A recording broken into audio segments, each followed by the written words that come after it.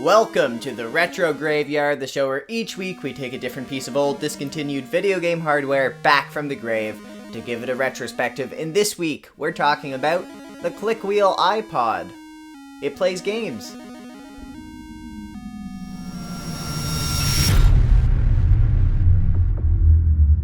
So we're looking at the late 2006, also known as the 5.5th generation iPod.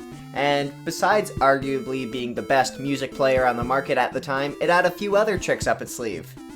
Let's see, it could view photos, could play videos on it, it had a world clock, contacts viewer, calendar viewer, a notes viewer, a stopwatch, and this, it had a selection of games on it. And this wasn't new for this generation iPod or anything. In fact, for as long as iPods have existed, there have been games on them. The classic Apple game Brick, or Breakout, originally coded by Steve Wozniak, found its way into the original iPod in the form of an Easter egg, and was later added officially to the menu via a firmware update. Later iPods added a few more built-in games, namely Parachute, Solitaire, and Music Quiz. Music Quiz cleverly sampled songs from your library to test your musical identification skills. And then, Apple did something rather interesting. Starting with the release of iTunes 7 in 2006, Apple put up some third-party games on the iTunes Store for download. They started with Cubist 2, Mini Golf, Pac-Man, Tetris, Zuma, and Apple's very own Texas Hold'em, as well as Vortex, a circular version of the aforementioned Brick.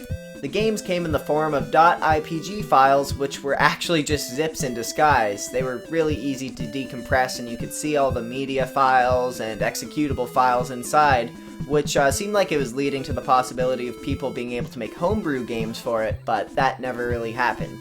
But the iPod did get a pretty decent library going.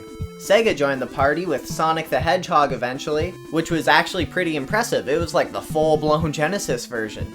Unfortunately, Sonic doesn't mesh well with the click wheel as a control scheme. That same day, PopCap released a version of Peggle for the iPod, and it was like pretty much a perfect port of Peggle Deluxe for the PC, and had a great control scheme to go with it. It's a really good idea. Hudson Soft released Bomberman that day too, bringing another big franchise to the iPod.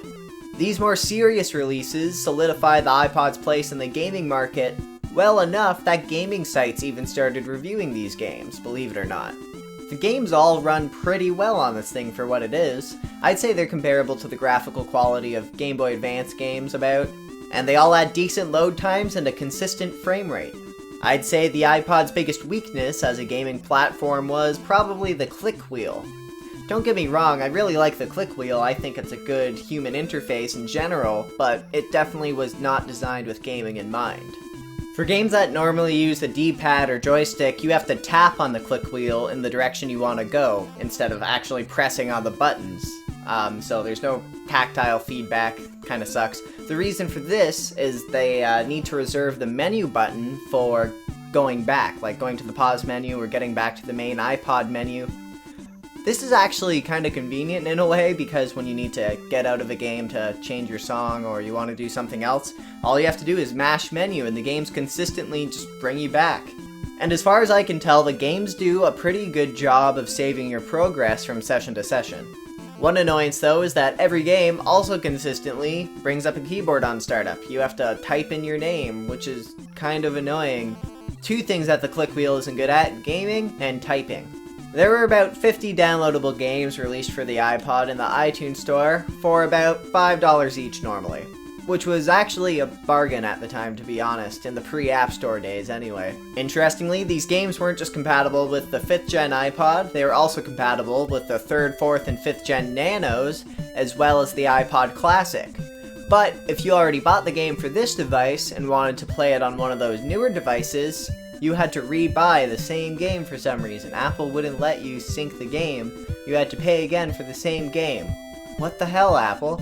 And if these 50 games don't quench your unholy iPod gaming thirst, there's always custom firmware. Through the installation of modified firmware like iPod Linux or Rockbox, people were able to get Doom and Game Boy emulators running on this thing. Hell yeah. Unfortunately, Apple removed the iPod click wheel games from iTunes back in 2011, so if you have one of these things and want to get a game for it, you're kinda out of luck. There's no official way to get them anymore. Even if you already bought them, iTunes actually removed the section for syncing them from iTunes as well, so there's no possible way to get games on this device anymore. God damn it, Apple. Anyway, if you like this video, be sure to thumbs it up, subscribe for more Retro Graveyard, do one every week lately. And if you have one of these things, be sure to let me know what you thought of it. Leave a comment. Alright guys, that's it for this episode of the Retro Graveyard. Thanks for watching.